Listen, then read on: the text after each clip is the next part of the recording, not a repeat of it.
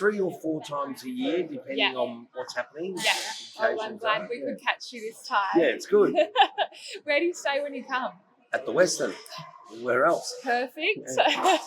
And then, so you mainly came to the Plateful Perth event this time round? Well, I come for Plateful Perth because it's on, but obviously I incorporated with one of my visits here in Perth to come and see the team at Garum and all of that.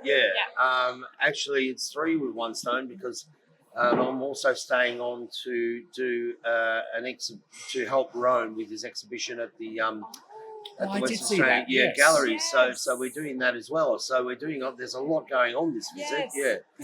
Have you been to that exhibition yet? No, because it's just sort of starting up, and we're doing the food component of it. So that's going to fire up in the next week or so. So at the end of this week, I'll be going spending time with them and with their team and making sure the food's all ready to go for their food experience that they have there. So it's an after dark experience. There'll be a beautiful room curated by Roan, which will seat 16 people, I think. So it'll be a beautiful dinner.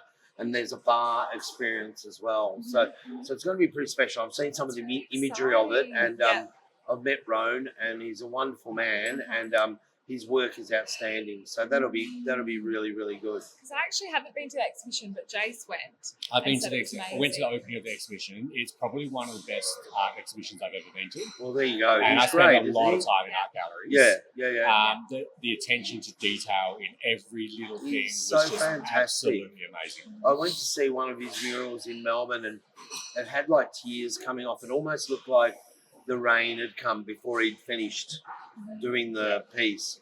And I said to him, those tears drops, they're on purpose, aren't they? And he said, yeah, I did it. It wasn't the rain. It looks like it's rain, but it wasn't the rain. But just that when you mentioned attention to detail, it made me think of that, because it's very special. Yeah, we'll definitely have to check it out, because I think I received a press release, but I haven't got around to putting the piece together yet. But I think that would be a really good one to cover. So, go and have a look. I think you'll be really impressed. Really great young guy, and very, very talented.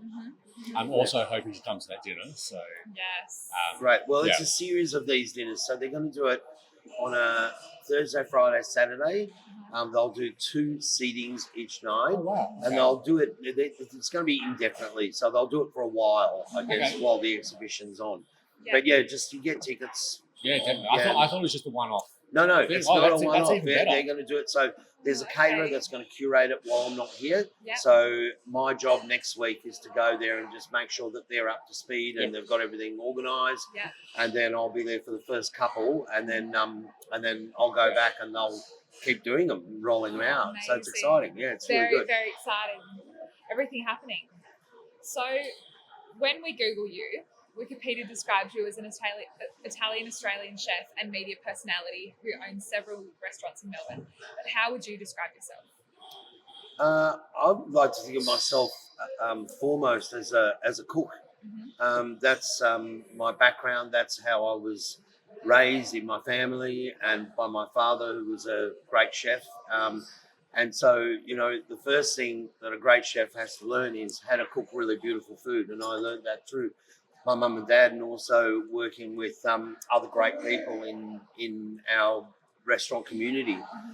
Being a chef is a really important part of my life, and then sort of evolving and getting to know lots of other people in the industry and working with really great people, both young people that are just coming through and more senior people that have been doing it for a long time, but also getting involved with producers, people that are producing and fishing for us and growing beautiful produce for us. I think that's at the foremost of what I like to do, and how I would describe myself as a person that does a lot of research to make sure that we find those beautiful products. And that's, I think, what makes our food good, because and other chefs' food good, because it's obvious that you need to start with something fantastic to be able to get something great on the plate.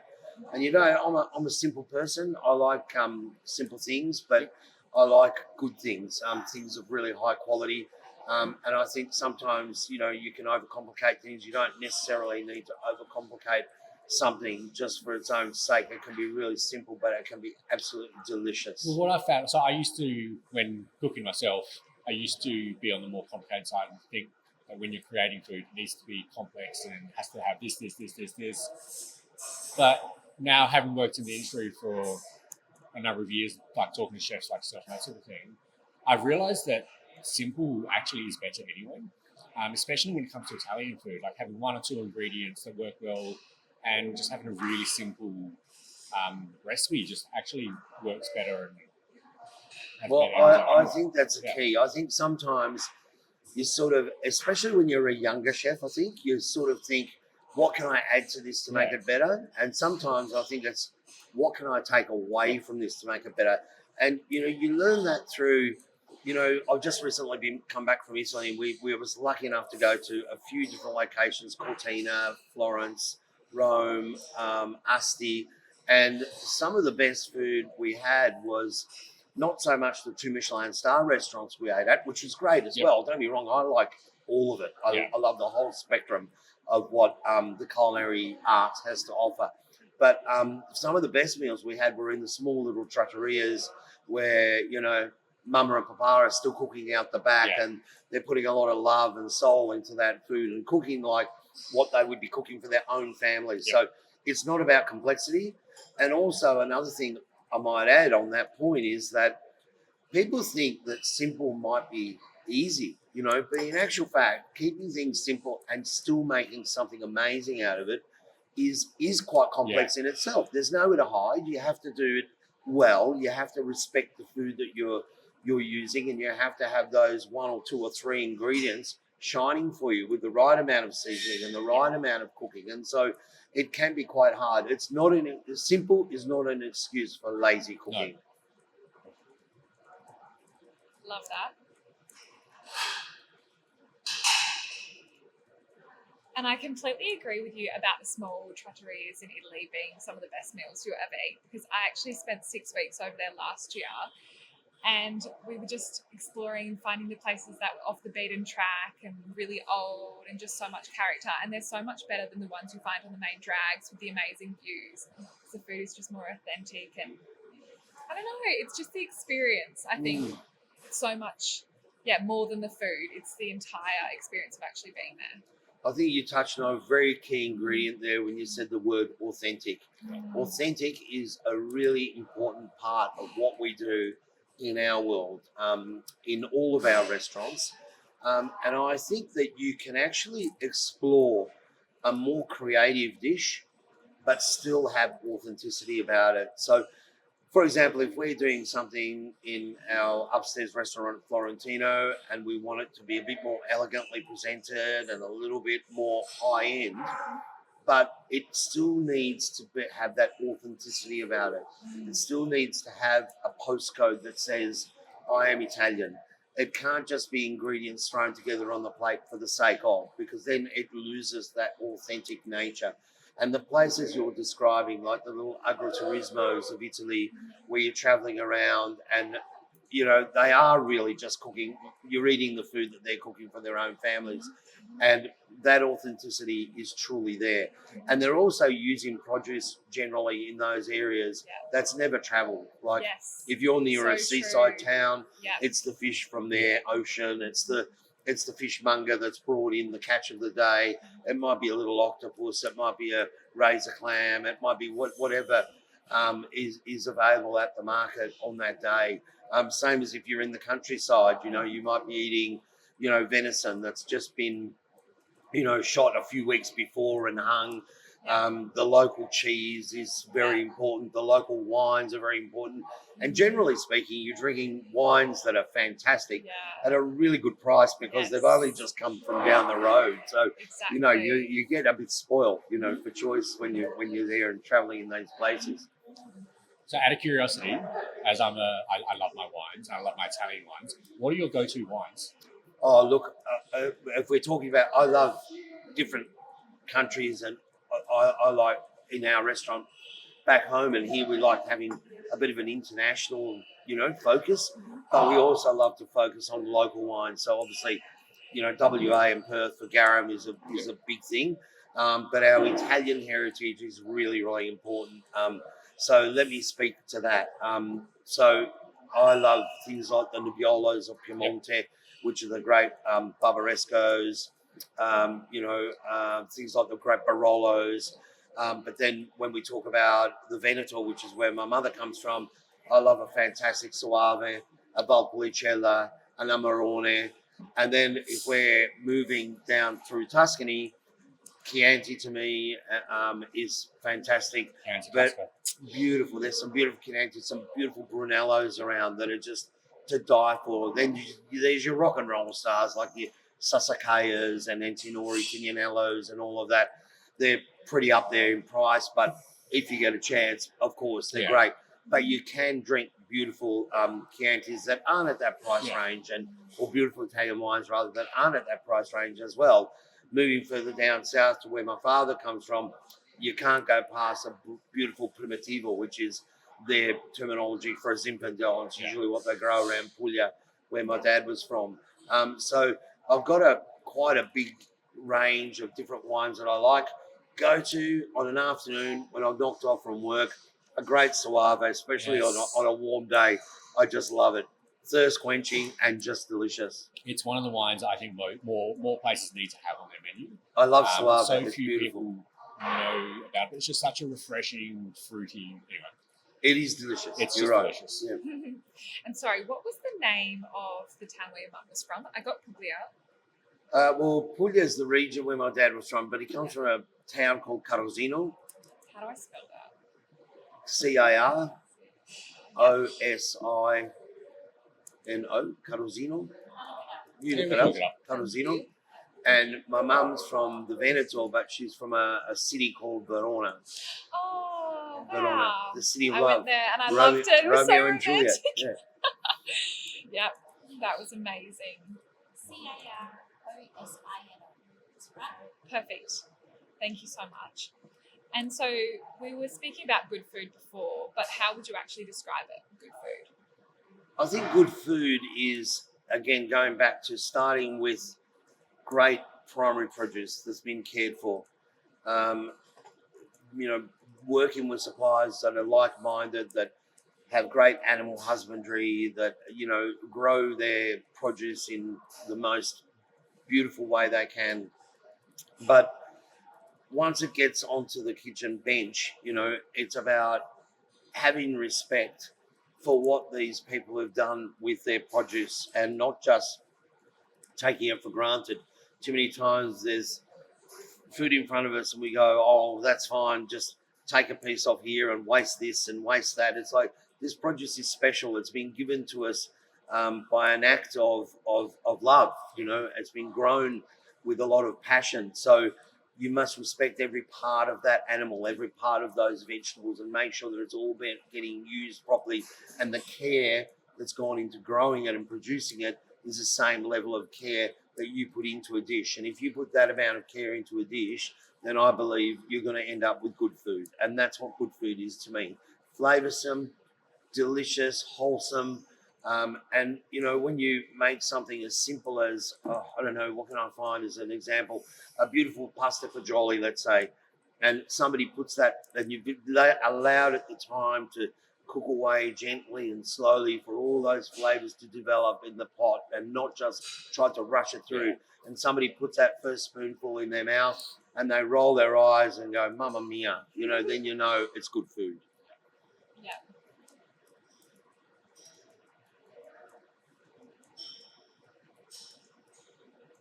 So what's your favourite item on the Garum menu?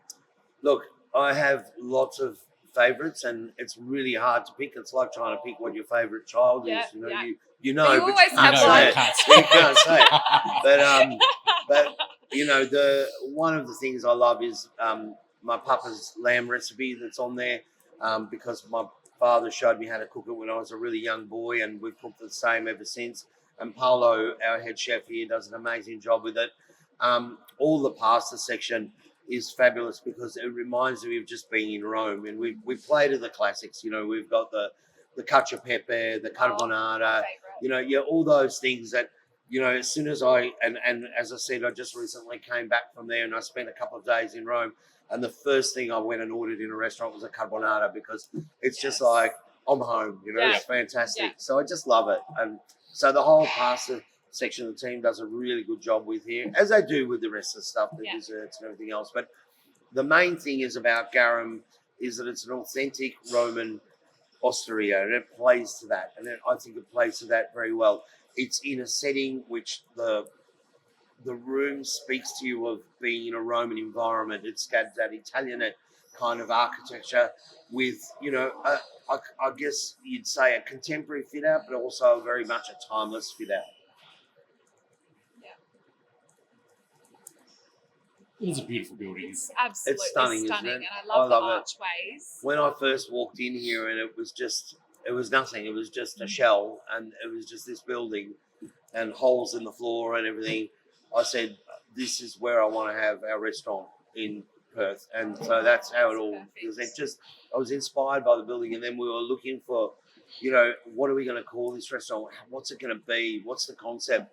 And the more we looked at it and how it was like, it's got to be a Roman restaurant. Like it's the Italian architecture. It was built as a Hibernian hall for the Irish immigrants, as a community centre for them, the Irish Catholics. It spoke of Roman Catholicism. It became the cathedral when St. Mary's down the road was being renovated for some time. It was a hospital through the years when it was wartime. So it's seen a lot of incarnations in this building. And then we thought we'll just call it Garum because it's the ancient Garum is the fish sauce, the ancient fish sauce that the Romans used. And that's how it all came about. I always wondered what the backstory of. Yeah, that's the backstory. There And you go. it's kind of like it was telling us what to do with it. This structure was saying, this is what I want to be. Yeah. So were you a massive fan of that fish sauce growing up? Well, it's always been something. Now we have something which is a lot lighter. The Garum of the old days, we still use it. There's new versions of it, and you can make your own. But the one we use more often now is its, I guess, baby cousin, which is called colatura, which is from Chitara. Yeah. You must understand the Romans sort of occupied all of Italy and pretty much the rest of the world. In Chitara, they have this lovely... it's kind of like a fish oil, which they use from all the little alici where they take out of the sea. They put it in, they salt it first, and they put it in little barriques. And after about 8 months, there's a weight on top of them. After about 8 months, they drill a hole in the bottom of the barrique, and out dribbles this lovely colatura, which is this beautiful, rich brown fish oil. So that is used for seasoning up fish pastas or even dressings or dishes. It's used as a seasoning in things. And so I guess you spoke a little bit to it before, but how has your Italian heritage influenced your culinary career? Oh, well, it's all about that. It's all been part of growing up in the suburbs of Melbourne with a loving mum that cooked for us every day. You sort of start off, the kitchen was the nucleus of the household. That's where everyone always went to chat, to eat, to do whatever, and then you start helping mum doing some stuff, and then you start learning to cook. And dad was a chef, and I used to go to work with him very early on in the piece when I was a child on school holidays and weekends and helping him out. So I guess it's been very heavily influenced by his stories of the industry from when he first arrived in Australia in 1960 with mum, and it's a big part of our heritage and our whole message and our product and what we push forward. It's, I often say to the guys, we're not just selling Italian food and wine, we're selling a cultural statement. It's about kicking that can down the road where our culture stays alive in a country like Australia. And I think in cities like Perth and Melbourne and Sydney and Brisbane, the multiculturalism is what makes them such exciting cities, having Italian places, Greek places, Vietnamese places, Chinese places. It's what makes it exciting. And Italian food is still the best. Well, I completely don't tell anybody else, but I believe that. I believe that wholeheartedly. No, the amount of Italian food I eat on the average week is just insane. It's great. So what do you love most about your job? I think it's about the things we've talked about the cooking, getting to talk to the producers and all of that, and building those relationships. But it's also about working with really good, like-minded people that are keen to deliver a great experience, and that's all about what we do. It's the experience. It's creating a memory. So working with enthusiastic people that get on board and want to do something great and create great memories for other people. Being hospitable, getting to know your guests, and making sure that they're having a great time, and they do authentically like what you do, and they do walk away from us with feeling a little bit better than when they first walked in, and having hopefully a memory of that time that they'll remember in months, weeks, years to come, and say, "Oh, I remember when we had that meal," and not even necessarily remembering the food that they had, but remembering who they were with and the great time that they had. And if you can achieve that as a chef, front of house person, or a restaurateur, I think that you've done your job, and it feels nice. That's the satisfying part of our industry. I like that. You just led me on right to my next question. I was going to ask what satisfies you the most. Well, as I've been saying, the satisfied guest is what gives you that thrill, that buzz. Service and all of that is fantastic, and you get that whole level of energy that comes with it. And again, working with people that are really onto it, and when you have a great service and everything goes well, even if it's been super busy, everyone's tired and absolutely done for the day, but that satisfaction that everything's gone off well, and you've had all your guests come through and they've all enjoyed it. That's a very satisfying emotion. Mm-hmm.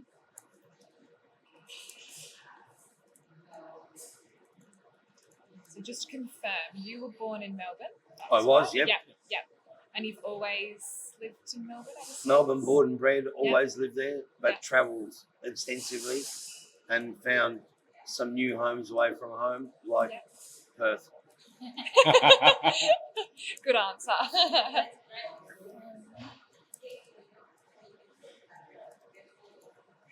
So how often do you travel to Italy? As often as I can. I like to go at least once a year. I've been back this year. Last year I went in October, November. I do like to aim for once a year. And where are your go-to spots? I love finding new spots, but Rome for me is just one of the most beautiful cities on earth. I absolutely love it and adore it. I can never get enough of it. And I like the Veneto and Verona because of my family heritage there. But I've noticed that Puglia, from my dad's side of things, all the towns around there, Ostuni and Alberobello and Martina Franca, Carosino, all the places around there, they've really sort of got a big, huge influx at the moment. People are loving it. They're really insta-famous. For some reason, it's just everywhere. All these beautiful towns in Puglia, and I can see why. The food's fantastic, the towns are beautiful, and I do love deep diving into Puglia. It's fantastic.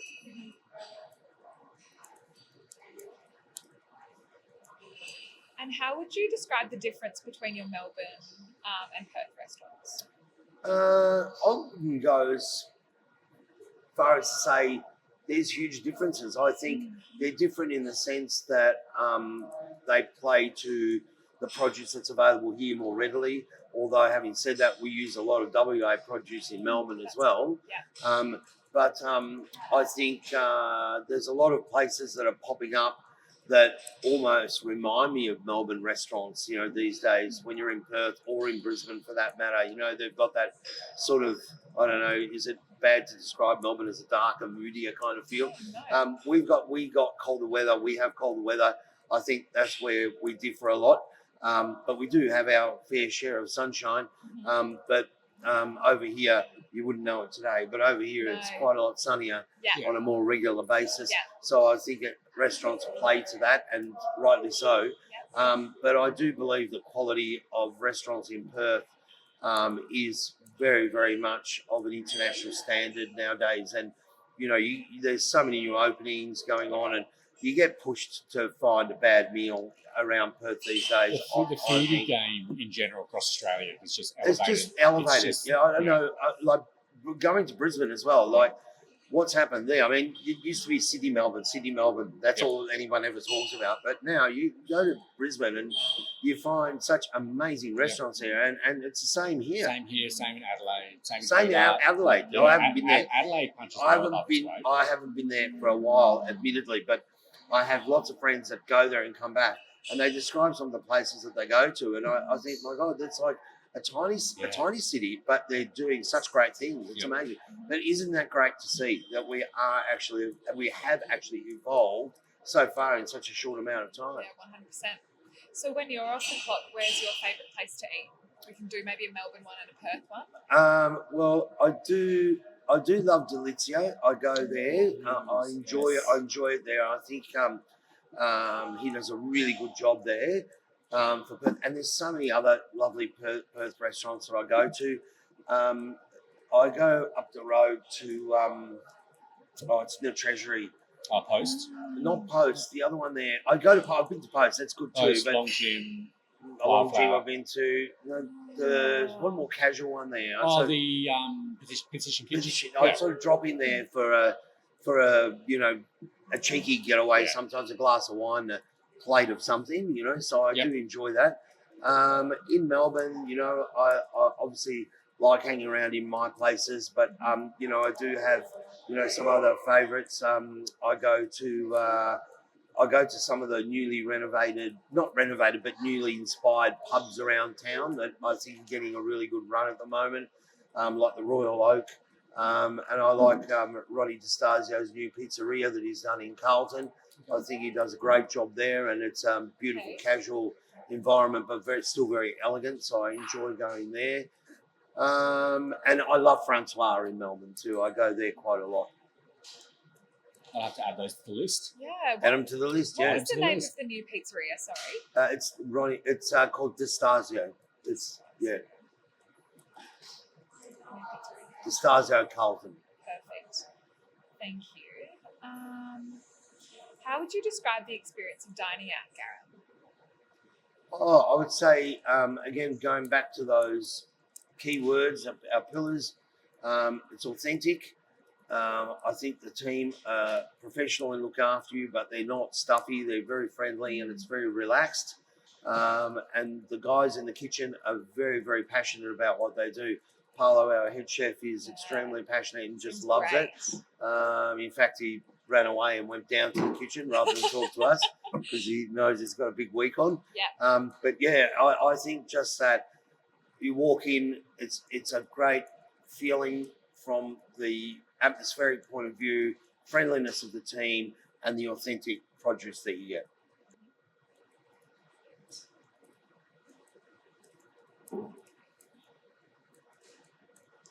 And can you please talk me through the menu of your four-course dinner this Thursday? We're actually coming to that. Yeah. So we're coming to it. Yeah, so fantastic. excited. It's great. Yeah, we're very excited too. We're going to have to make a couple of little adjustments because I think the weather is not going to be kind to us with the rain. So we've done a few little tweaks to how we're going to run the show. But basically, it's we're going to start with some beautiful canapes, and it all revolves around the grilling and roasting and fire and all of that sort of stuff. So a few little canapes to start off with.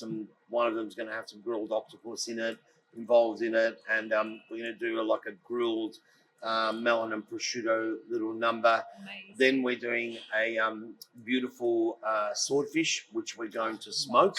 Yeah, it's beautiful. So we're going to cure it lightly, smoke it, and then serve it with a caponata, which is like a eggplant based capsicum dish. So it'll have some sweet and sour tones to it. We're going to make a little dressing or sauce with our beautiful sourdough that we make. So that's going to have like a sourdough kind of connotation to it. Then we're moving on from that to a pasta, which is going to be a cannelloni, which is filled with ricotta and silver beet filling. And that's going to be oven baked in the wood fire. So that gets that sort of smoky kind of thing to it as well, and it's going to have some like a burnt leek kind of powdery garnish to it. Then we're doing lamb, and it's going to be slow cooked seared lamb with some mixed different vegetables with some grilled carrots, some lovely juices from the lamb from its cooking, juices and so forth.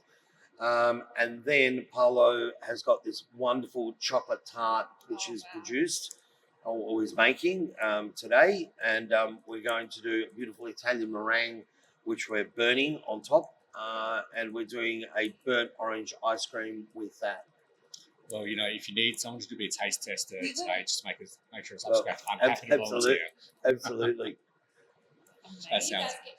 That sounds wonderful. Absolutely, cannot wait. So we think it's going to be a great night.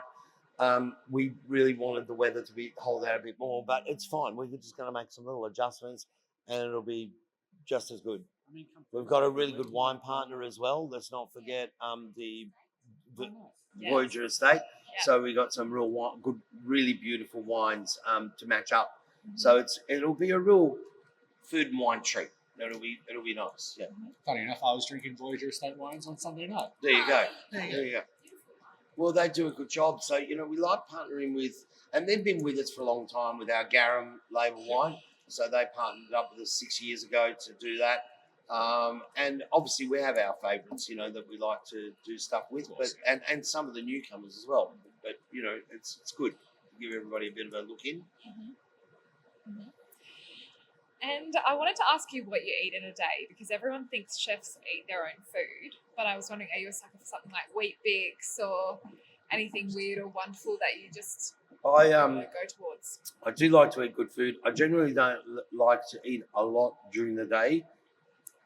I have one nice home cooked meal a day. If I get home, if I'm not, then I'll probably just have a very light meal at work. But I am, and I probably shouldn't admit this, but why not? I am a sucker for Samboy crinkle cut salt and vinegar chips. Yes. So if I get home and there's a packet of Samboy salt and vinegar chips crinkle cut, I just go, oh my God, and I get the munchies and I start eating them. So that's pretty bad, right? But they're the best. That's my weakness. They are. They are. Very good answer. And so you've opened award-winning restaurants, written books, and made television appearances. But what do you actually consider to be your biggest achievement? I think having family working within the business and working together with family has been a really good achievement. My father was a chef, and I worked with him. And now both my children, my wife, my brother-in-law, and my sister, we all work together, and we've managed to hold it together without killing each other over the years. And I think that's a pretty good achievement as far as my whole work life thing goes. It's unmeasurable the amount of great things that I've got to do. I've been very lucky to cook for some really wonderful, you'd call them celebrities, and I've been very lucky to do some really fantastic events overseas in countries like the USA and Japan, and Singapore, Hong Kong. But I think the greatest thing is cooking for your guests that comes in day by day and that supports what you do, and they keep you alive, they keep you going, and they're the ones that we really try and look after the most. They're so important to us, and we can never lose sight of them. So if I had to pick it in a word, our greatest achievement is having them still come back to our doors. I like that. Me too. Thank you. I like that. And I've been here enough times to know that I can take the first bite of whatever you've ordered on the menu and just like, oh wow, why can't I cook like that? It's always such a great experience. That's great. Good to hear. Yeah, I'm so excited. I've never been, but Thursday's going to be Thursday night. night. It's very different on Thursday night. It's not like your normal, but it's but we're good. definitely going to be coming back but sooner rather than later. It's going to be great. Yeah, and last question from me, if you don't have anything else. No, that's all good. Where's the next Garum, Guy Grossi restaurant? Well, there's nothing in the pipeline at the moment, but we never say never. And having Where would you love to open? I've always kind of longed for a waterfront restaurant, Ooh, yes. but never actually had one. And we've looked at some situations in the past where there's been a couple of opportunities, but nothing's come to fruition. So somewhere on the waterfront, somewhere very beautiful, would be an ideal kind of situation, and it would have to be something special. I don't want to open more restaurants just for the sake of having another restaurant. I would want, I mean, we've got enough to do already, but I would do another wonderful restaurant if it ticked all those boxes and it was significant and beautiful. Maybe it could be somewhere in Puglia, who knows? Oh. That'd be nice. That'd be nice. At least it give me an excuse to get over there more than once a year. Exactly. Is there anything else you'd like to add that we've missed? No, I think you've covered a lot of ground there. It's good. Okay, Very good. Perfect. Thank you so Very much. professional. Thank you so Speaking. much. Yeah, it And was I look forward to lovely. hosting you on Thursday night. Oh, It's going to be definitely great. look forward to that. Cannot wait. I'm Good. counting down the hours. Good. Thank Make sure you you so come much. hungry, okay? I'm always hungry. So. Best believe we will.